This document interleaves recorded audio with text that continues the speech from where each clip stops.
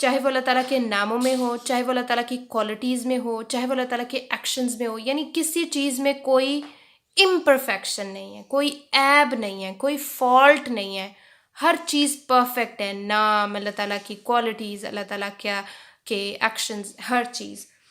اور کہ یہ جو پیس ہوتا ہے نا، پیس اور سیکیورٹی اللہ تعالیٰ کی طرف سے آتی ہے. کہ جب انسانوں کے بیچ میں یا کہیں پہ بھی پوری دنیا کے اندر جب بھی پیس اور سیکیورٹی ہوتی ہے وہ اللہ تعالیٰ کی طرف سے آتی ہے. ٹھیک ہے، تو یہاں پہ ہم اپنا لیسن فنش کرتے ہیں. اللہ حافظ.